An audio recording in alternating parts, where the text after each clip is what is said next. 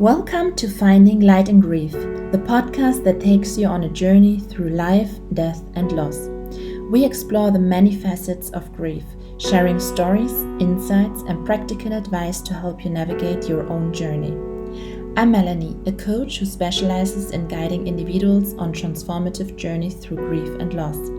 I'm joined by my co-host Andy, a grief coach with a passion for helping people live with intention. Together, we are here to support and inspire you as we delve into these profound experiences. Whether you are dealing with a recent loss or exploring your own mortality, we are here to find the light in the darkness. So join us as we embrace the transformative power of grief and discover the beauty within it. This is Finding Light in Grief. Hello, Melanie. Hello, Andy. How are you? I'm good. We're here again. It's getting to be a bit of a catchphrase. We're here, but we're here. We're here. We're here again. Exactly. We are always here for you and here for our listeners. Yeah. Very happy. And you're globetrotting as always. And I don't think we've done 2 episodes from the same country with you. Exactly. So yeah, we started the first one in Spain. You were in England and London. So then I was in Germany. Yeah. And now I'm in Greece. Yes. I've boringly stayed in London, although it's quite likely that at some point we'll do an episode and I'll be in Denmark and you'll be somewhere completely Come on, different. you're also traveling. It's just a coincidence. It's not that I'm always traveling all the time. It's just like now the summer. It's always a bit of a travel months or 2-3 travel months actually. No, I'm happy. It's good to have a change of scenery. Absolutely. We're just international globetrotters. Exactly. It's inspiring. Yeah. So what are we talking about today? So we would like to talk about the 5 stages of grief from Elizabeth Kubler-Ross. It's an interesting topic. It's a little bit of a, how can we say, misconception. Yeah, I would say it's a little controversial. Yes. Would you like to tell us a little bit about the 5 stages of grief, Andy? Yeah. So I think the reason we're starting with 5 stages of grief is because it's the one that lots of people have heard of. And it dates back to, I don't know, 1969 or something like that. Yes. Elizabeth Kubler-Ross, and she very specifically wrote it for people that were dying. But it's really widely held up as, for a lot of people, the model of grief. Yeah, it was taught in psychotherapy. It was taught for many years that this is what people are going through. So this 5 stages is just to explain it a little bit to our listeners, for everyone who has no idea about it. It's denial, anger, bargaining, depression, acceptance. So and she was basically, and this was taught to all psychotherapists, that these are the stages somebody's going through while grieving. Can I be a real spoil sport? Yeah. Not everybody goes through those stages. They don't necessarily go through in that order.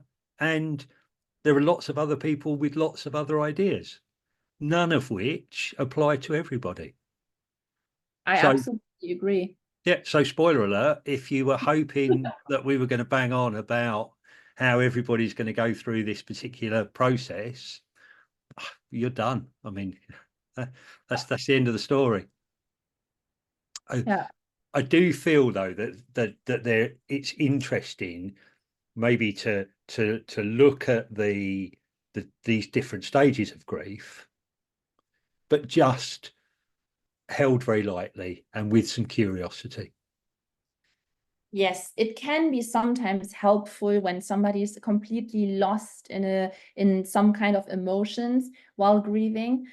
Sometimes it helps to identify a bit what they are currently going through. So it could be the stage of denial, not wanting to accept the fact, you know, that that somebody is gone. So sometimes it helps just to recognize this. But as you already said, like everyone goes through grief in a very individual and different way. So there is not like one way fits all. But I think, yeah, it can be sometimes helpful to just know about this. But I, that, yeah. one of the things that I find it really useful for is because often, and I'm sure it's the same for you, often my clients are dealing with grief that happened a very long time ago. And we might find that we've got these particular emotions propping up maybe 10, 15 years after the event. And now, of course, when we first start talking, that can't be grief, because surely, you know, grief's got a very, there's a limited time on grief. You know, you're not allowed to grieve for more than however X, long. Y, Z, yeah, yeah, yeah. Which again is not the truth. So I find it really useful. I find these stages of grief really useful, but almost pulled apart into individual parts, and then recognizing the things that are coming up whenever they come up, and saying, okay, so you know that we know that, for instance, we can become angry during the grief process. Yeah. So this anger that you're feeling now, maybe it's not what you think it is. Maybe it's part of the grieving process. Or you know, our mood is very low, and we don't know why. Absolutely, and I can just say from my own experience, like when we lost our daughter, I was in. I thought I'm good, but looking back, I was in complete denial for a very long time, for almost 2 years. I just moved on without really grieving and without going through this process of loss. So I would say, looking back, I was just in denial. I wanted to move on. I wanted to like not face the pain of the loss. And my phase of denial took a very long time. Until I was never like this bargaining phase or like stage. I never really had. So I was not looking for somebody to blame or for this one. I would say, for example, I never really had. So that's why this is not applicable to me. So you can see already, it's different. It's a different dynamic. Anger, I would say, did I really had anger? I'm not a super angry person anyway, so I wouldn't say I yeah, as I said, I was never looking to blame someone. I think it's nature, you know.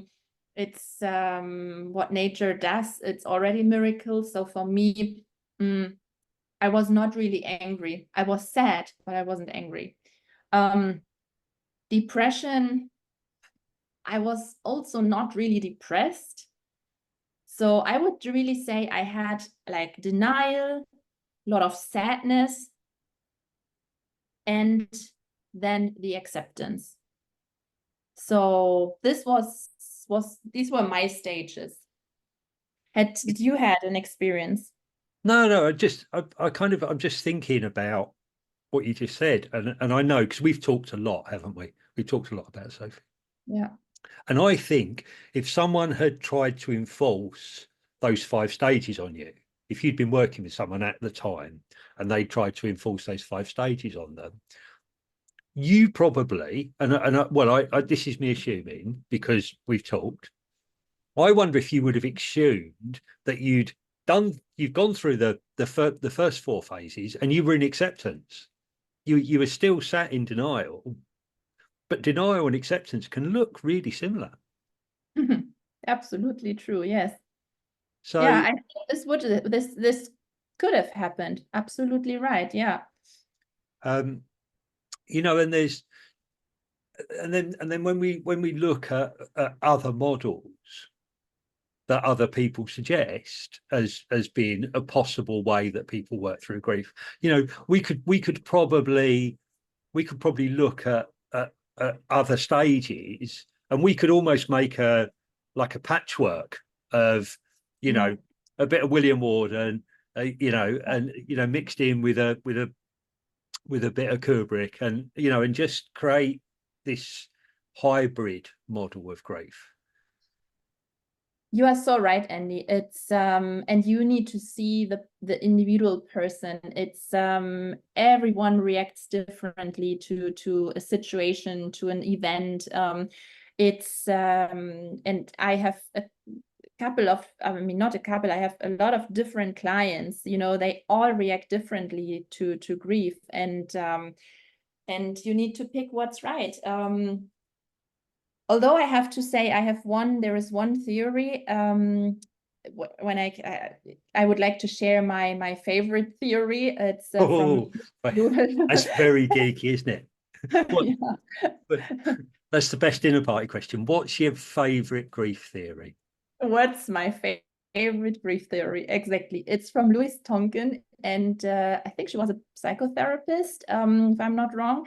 And so she said that you need to imagine your grief as a bowl. Probably it has a specific size, and then when you start grieving, it's in a jar which is super small, so the jar is basically filled with your grief, and then it becomes, with time, the jar becomes bigger, bigger, bigger, but the grief basically stays the same. So it stays with you, in you, but your life, or the life, grows around it, and your life becomes bigger, and like with more events, and you just grow, you just develop yourself, and the grief, you start to accepting the fact that the grief is part of you and it stays with you. Nice. So I like that. This is my favorite grief theory. Yeah, I think it's a really good way of thinking about it. It's as if we create this piece of grief, and then we what would the word be? We incorporate it into ourselves, and it becomes a part of us. Exactly. And then lives with us, lives with us forever. It's a part of our story. Yeah. And and our life grows around it. So I love that. And that's what we discover new things. We have new adventures in life, so new experiences. So obviously our story is growing, and there is more to it. And then you feel like the grief becomes smaller, although it does not really become smaller. Grief is what it is, and but you become bigger. Makes me think of those. This is my crazy mind. Makes me think of those. When a tree grows round something. Yeah. There's a concrete post or something, and the tree grows round of it, and the tree gets bigger and bigger and bigger. But whatever it is that becomes a part of the tree and a part of the tree's story. And I think grief fits really well into that same idea. Yeah, it's a nice image. Yeah, I like that. trees. I like trees. Yes, me too. I kind of like, so William Worden, he has a completely different approach. So he's quite task based in his book. So tell me more about it. I'm not really a setter of tasks as a coach, but I kind of like, he breaks it down into 4 tasks. See what you think of these. So the first task that you have is to accept that it's happened. So we need to, because this kind of ties in, doesn't it, with that denial stage? Because sometimes it takes us quite a long time to accept that this thing's happened. Yeah. And as you said, until you accept that, which can look like acceptance, or so we are we denying it? Are we accepting it? Well, ultimately, we have to acknowledge. And then the next task, which is the one that I really like, is that working through the pain thing. So we've actually got to work through it. It's a real task. That pain and that feeling of someone missing. That's something that we have to work through. Yeah. That's a real tangible thing, isn't it? And I think if we accept it as such, and we actually, we need to experience it. We need to feel those feelings. And then the next task that he comes up with is adjusting to an environment without that person. So we need to accept it. That's the first thing. Then we need to work through the pain. Then we need to just adjust to that person or that thing not being there anymore. Not being there with you anymore. Yes. Yeah. And that might be, in a spiritual way, we might feel the missing, or in a physical way. And then the fourth task, and I think this is the one that I really love, is about finding enduring connection to that person or that thing that's missing, whilst embarking on a new life. Yeah, I love that. Yeah, and so for me, that it's much more woolly. It doesn't sort of say, but it kind of, for me, it makes sense as steps, because we can't work through the pain until we accept that somebody's gone. It makes absolutely sense to me. I also love that theory a lot. And looking at the clients now I would say it fits super, super well. Yeah. That's the one for me. That's the one that, I'm not hating on any of the others, and I see bits of everything in all of the others. But for me, that one's much more fluid, and there's lots of feeling stuff in there. And it feels less prescriptive. And I guess it's, for me, it's interesting if you can look back in retrospect at your own experience with grief. I know when a lot of my grief is around not physical death. So I'm adopted, and my childhood wasn't great. So I mourn a birth mother, and I mourn an adoptive mother that wasn't there. So would you say this is applicable to you, your situation as well? Yeah, absolutely. I can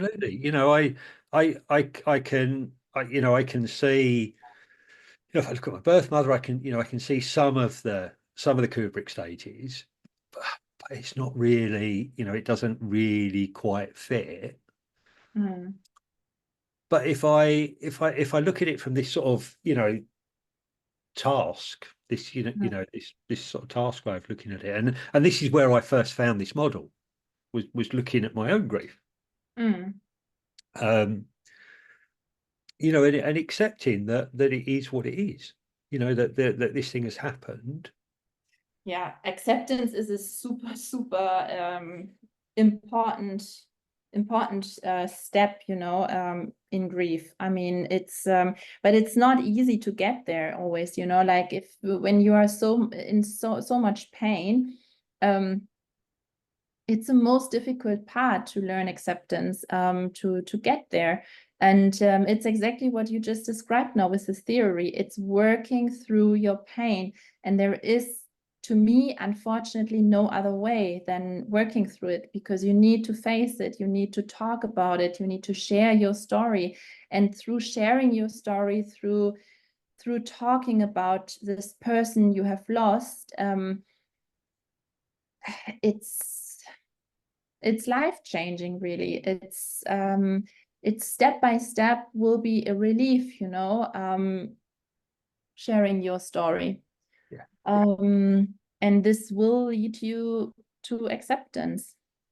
I think if I remember rightly, and you have to anyone that knows the theory better than I do, and it's not, I think one of the words that William Walton uses in the acceptance thing is permanent. Mm-hmm. It's not just about accepting the loss, it's about accepting the loss is permanent. And that for me, that was a real, because especially in my case, because both of those people were still alive. Probably, but I'm pretty certain at least one of them still is. I don't know about the other one. Mm-hmm. But accepting that loss was permanent and wasn't going to change. Mm.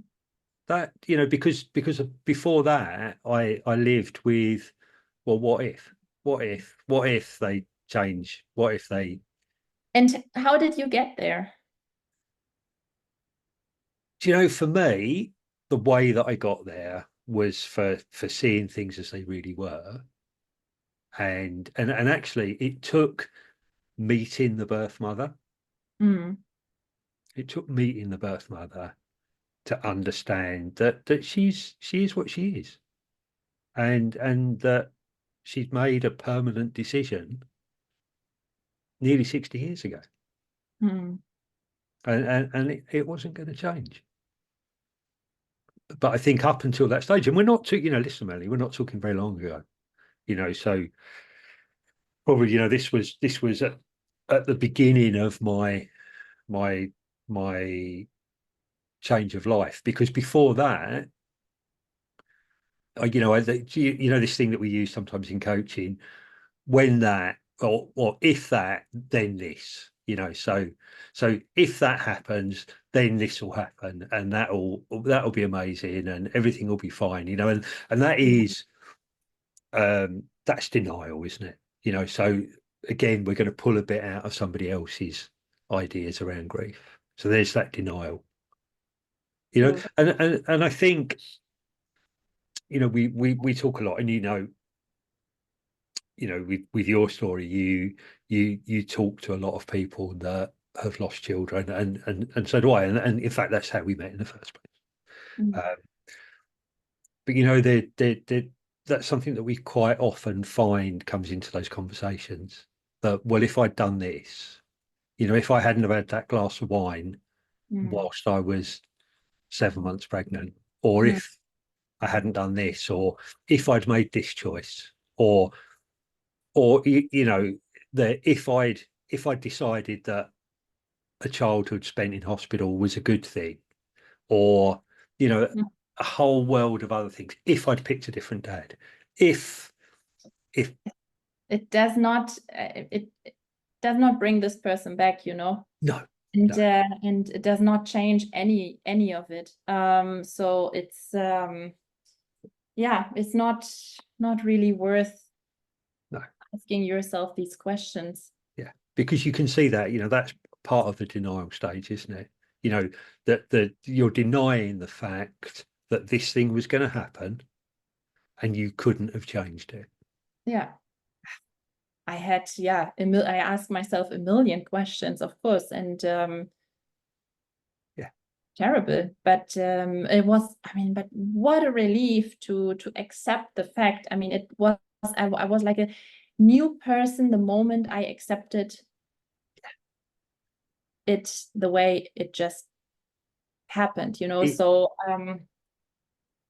it is what and it is. yeah, yeah. That sounds a bit cold, didn't it? And I didn't mean it to sound cold, but No, it's not. It's just absolutely how it was, and how it is for many people. And very often, I have one client who was very good after the loss, like quite strong, doing well, and then fell into a into a complete hole. And was questioning everything suddenly again. So you cannot really say when this comes, you know, and when you go through these stages, but they can come. And they also, as you said in the beginning, they can come much later. They can come years later. So you might think you are super good with it, and then a couple of years later, suddenly you find yourself questioning everything and asking yourself, like doubting yourself, doubting your decisions, and that's hard. It's painful. So just we would like to say that it's okay. You know, it's okay to feel that way, and go through that. Just dive into these feelings and share these feelings, and there are a lot of ways to get out of it, but not always, it's not always possible without help and support. So there are many situations and many people who can just go through it by themselves, but not everyone has a great support system. Not everyone has people around them who understand what they are going through. So Yeah. it can be helpful to seek for some professional support. Yeah. I said to someone today on a completely unrelated thing, you know, maybe just talk to someone that's outside of the problem, that's not going through their own grief, because guarantee if you've suffered a loss, then all of the people around you, those people that are close to you, are probably suffering the same loss and are probably going through their own grief, and that can make it sometimes more difficult because, as we said, you know, these models are not exact. Everybody goes through them at their own rate. Everybody, you know, grieves in their own way, and that can sometimes, I see that in families a lot. You know, we've got siblings, and one thinks they're okay, and one thinks their life's over. You know, they're mourning the same person. They have the same background, the same lived experiences, but of course they don't. You know, they're all, everybody's relationship is different. Very different. Very different. Yeah. And all of the other things that underpin, because at some point in the future we'll talk about cumulative grief and how quite often one grief builds on another grief. We'll put that aside for another day, but you know, things like that can show up as well, and so it's really not helpful to judge yourself against somebody else. And I was going to say something else, and that was that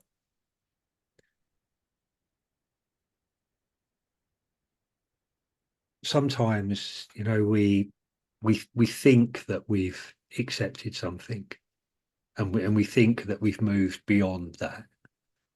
And then, as she said, you know, it might turn up a year, 5 years, 10 years, 20 years later. And I think something that I see quite a lot, and it's not a recognized theory. It's not something that anybody's ever said to me, but I wonder if sometimes we get almost like false stages where we might get like a false acceptance, and we might think that we've accepted something, or we might think that we've worked through the pain, or we might think that we've we've adjusted to an environment where that person's not there. Mm. And then sometime afterwards, day, week, month, year, 10 years, we're back in that place again. Yeah. Because we just had a feeling that we were at a place, but actually we're not. And I see that with my clients a lot. They were like, I don't understand why this is showing up. I dealt with this stuff years ago. Mm. But Yeah. I just had I also had it in a client where we talked about a current grief, but figured out that there is an older grief, which is so much more important to talk about it first. and it was really, really essential that we spoke about that loss. And it was not a death, it was a different kind of loss. Was more like loss of identity type of thing. And yeah, super, super important. And we spent a couple of sessions on it, talking about it, until we then went onto the current loss. So yeah. My experiences are the same. We're experiencing losses in some way or another constantly, almost through our life. And we again, another thing that we can talk about another time is this: there's some sort of hierarchical stuff that sometimes comes up in grief. That one loss is more important than another, and that we need to start dealing with one thing and we need to forget about the other thing. Oh, that's fine. That was yesterday's loss, and that's not as important.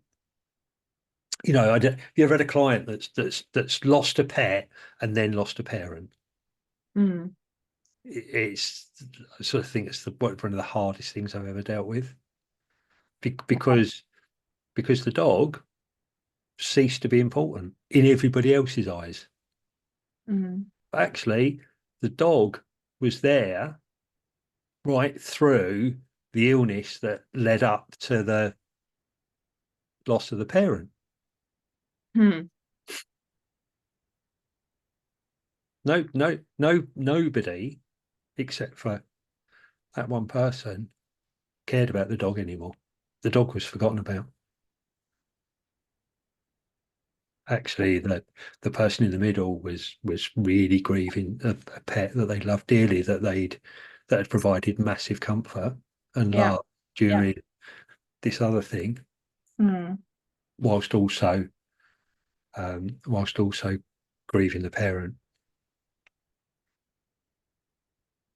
Yeah, such a good example. And it's it's something I wanted to say also now again. It's like looking at your story, your grief story, and it's not just about, as we mentioned it before, it's not just about the death of a person.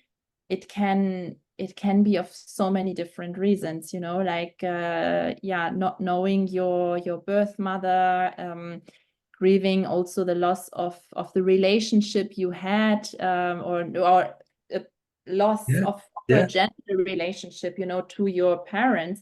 And it's such a strong grief you can have about something like that. And a pet is so emotionally important to so many people. Actually, I think everyone who has a pet is just so connected to it. And it's a very deep sadness when you lose a pet, So yeah, there can be so many different reasons. I think pets are always really interesting because I think they're really polarizing. Because I think if you've got a pet, you get it.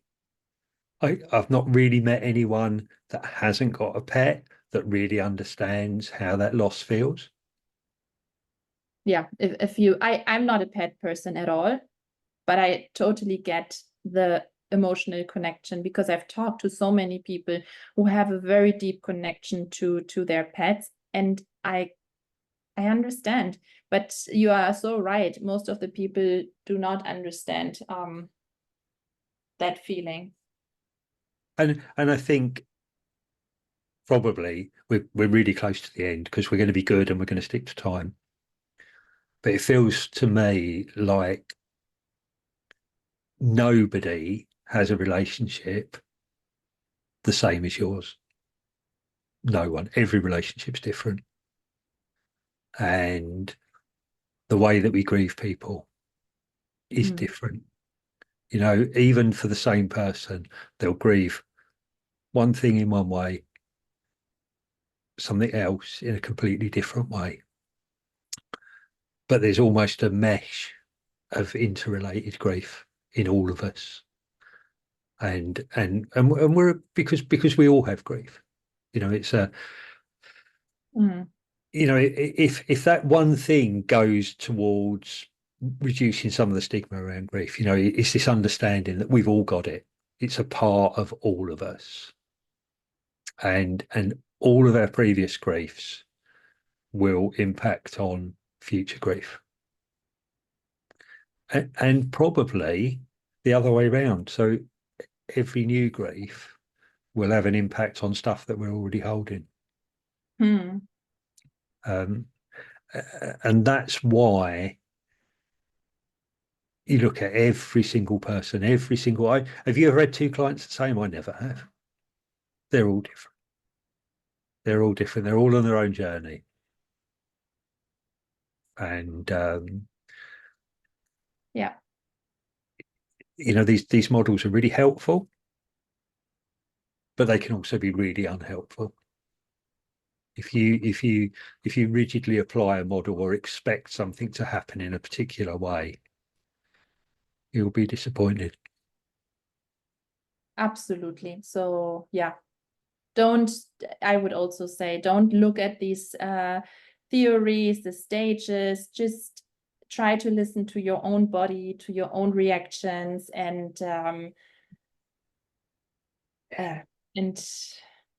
go with the flow of grief. Absolutely. Yeah. Absolutely. Great. Thank you so much, Andy, for today's conversation. I think, as the last ones, super interesting topic, and I hope we can help a couple of people with our talks. I'm sure they can. I love talking to you. Should we do another one? Shall we? Definitely. I'm in. Good. Right. Okay. It's Thank lovely you to so see much. you. Lovely to Enjoy the see rest of you. your world trip. Thank you, Andy. Bye. Bye. Bye-bye. Thank you for joining us on Finding Light in Grief. We hope our conversation today brought you some comfort and insight. Remember, grief is a journey, and it's okay to take it one step at a time. We're here to walk you through it all. If you found this episode helpful, please share it with others who might benefit. And don't forget to subscribe so you never miss an episode. We'd love to hear your thoughts and experiences, so feel free to reach out to us on social media. All the details are in the show notes, along with links to both of our websites, where you'll find plenty of resources alongside details of our coaching offerings. Until next time, keep finding light in the darkness. Take care and be gentle with yourself. We are Melanie and Andy, and this is Finding Light in Grief.